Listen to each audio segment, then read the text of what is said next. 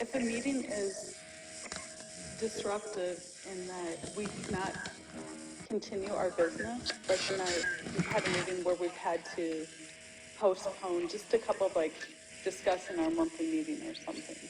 But if a meeting gets disruptive and we can't have discussions, can we adjourn the meeting? Can we postpone the additional applications for that evening? Like, what can we do? The remedy for persons being disruptive at public meetings is to remove the person from the meeting. However, you can only remove the person from the meeting in which he is disruptive. You cannot preclude them from reappearing at future meetings. Or even at the same meeting? No. If they're disruptive at the meeting at issue, they can be removed. I guess the more difficult question is, people are hooting and hollering and making comments when you're trying to get your business done. At what point, that's your question. What can we do? We've had this some meetings level of now where it's very difficult to have a discussion. Yeah. And for us to really do our job, we can't hear each other, and we're interrupted. Yeah, and perhaps we're intimidated to express what our views are. Can we halt the meeting and continue it to a next meeting, or do we need to talk louder, or? The only provision in the Open Meetings Act with respect to disruptive persons is that they can be, well, first of all, what the Open Meetings Act states is that a public body may establish reasonable rules and regulations in order to minimize the possibility of disrupting the meeting. The Planning Commission does have bylaws. I didn't see anything in there with respect to disruptive people, but it is in the Open Meetings Act that a person can be removed from that meeting if they are disruptive. May I interject briefly? So one of the provisions in the bylaws is after a certain amount of time, I think it's 10 p.m., the commission can adjourn all further business because they've been in the meeting so long. So that is something you're allowed to do. But you cannot necessarily postpone a public hearing to a later date, which is part of why we put them at the beginning of the meeting, because we've noticed them for that date, and we want to make sure that everyone is there. You can, I believe, postpone a public hearing at the ZBA within the next day. So if something happens where someone's sick, they don't show up, you could say, okay, everyone in the audience, that's going to be tomorrow, same time, same place. But there are restrictions on public hearings specifically that you can't just adjourn a meeting and not hold the public hearing that you promised to hold. You have to make some indication of either when it's going to be rescheduled to or actually hold it.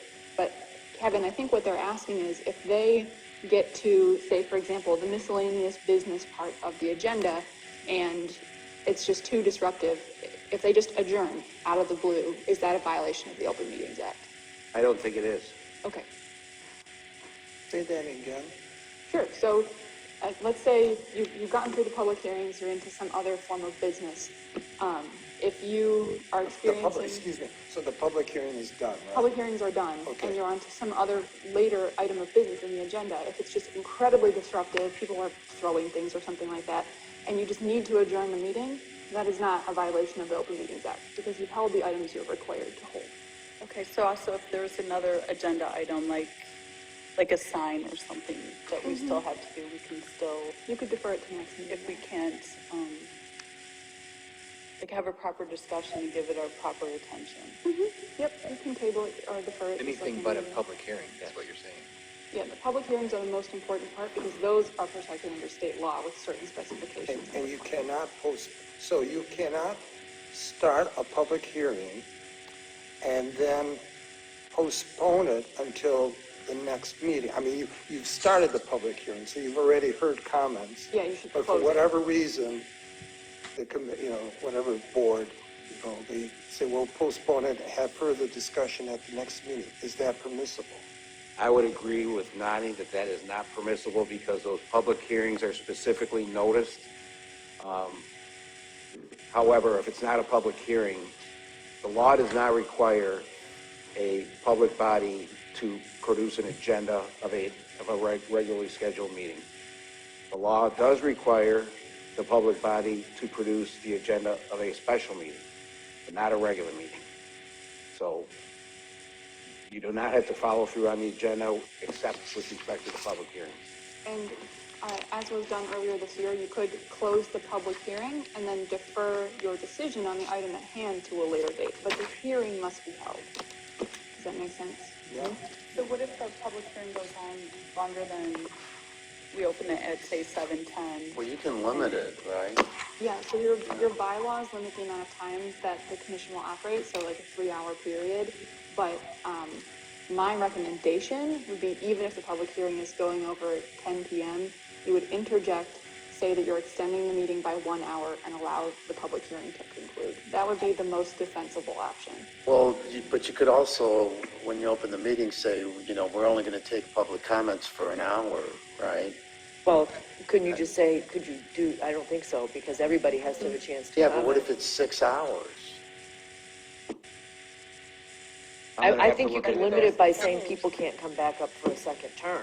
Well, I thought, so in our bylaws, we say 10 o'clock is, we have to vote if we're going to continue a meeting, whether it's a public hearing or not. So if we say, as Nanny said, if we reach 10 o'clock, there's still people talking, we could vote to say, okay, we'll extend it 1 hour, that puts it to 11, and that's the end. Yeah, but my recommendation would definitely not just to be cut everyone off at 10, because you do still need to properly close the hearing and resolve that item. Yeah, I mean, it's kind of pretty extreme and draconian, and, I think it's the, come back up for another bite of the apple that tends to be a little bit. Generally, people don't say anything new. No. So the trustees don't have that additional 3 minutes, do they? So maybe we should just not permit that 3 minutes. It's 3 minutes and that's flat. For a public hearing, you could cap each speaker at 3 minutes, sure. Yeah, I've always taken the stance that, people are up, they get nervous. Yeah. Some raise some good points, they need more than 3 minutes. But you don't want to, give someone 3 and somebody else 15.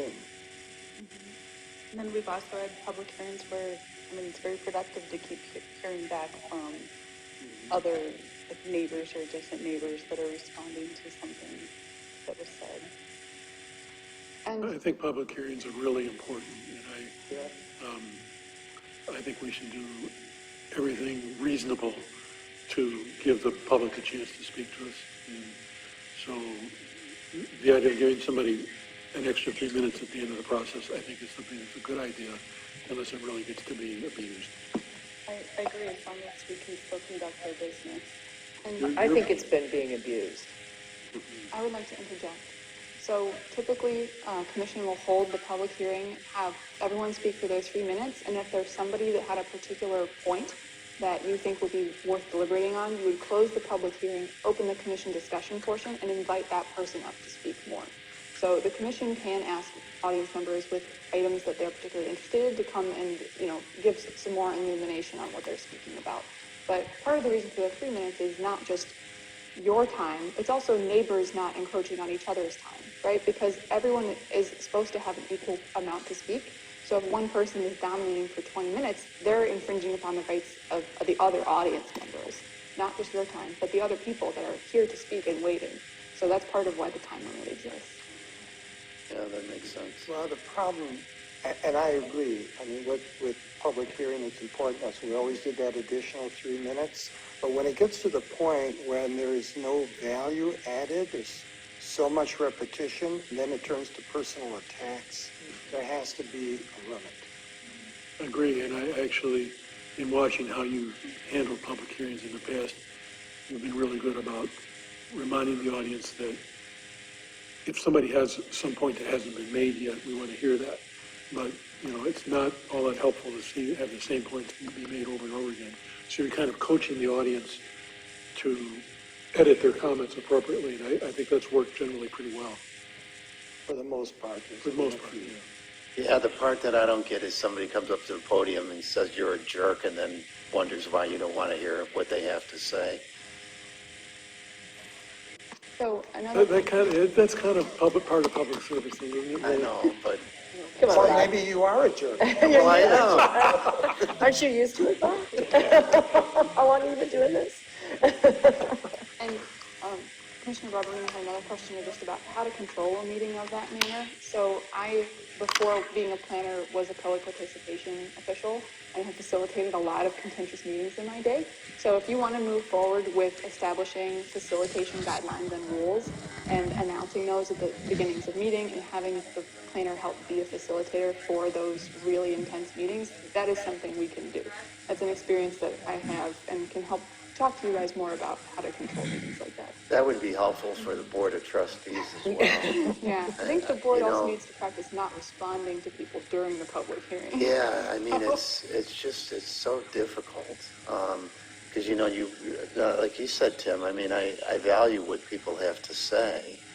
I'm very interested in what people have to say, but it gets couched around, insults and public outbursts, and it diminishes the value of what they have to say. And I don't know how to get past it. I don't think you can get past it. It's difficult when people are, of one mindset. And I think there were a lot of other unforeseen things happening in the background that you just cannot control. Okay, anything else? Is there a motion to adjourn at 9:34? Mr. Chairman, I move that we adjourn at 9:34. Second. Moved by Commissioner Barberina, supported by Commissioner Boyd to adjourn our meeting at 9:34. All in favor signify by saying aye. Aye. Opposed, motion carries. Adjourned.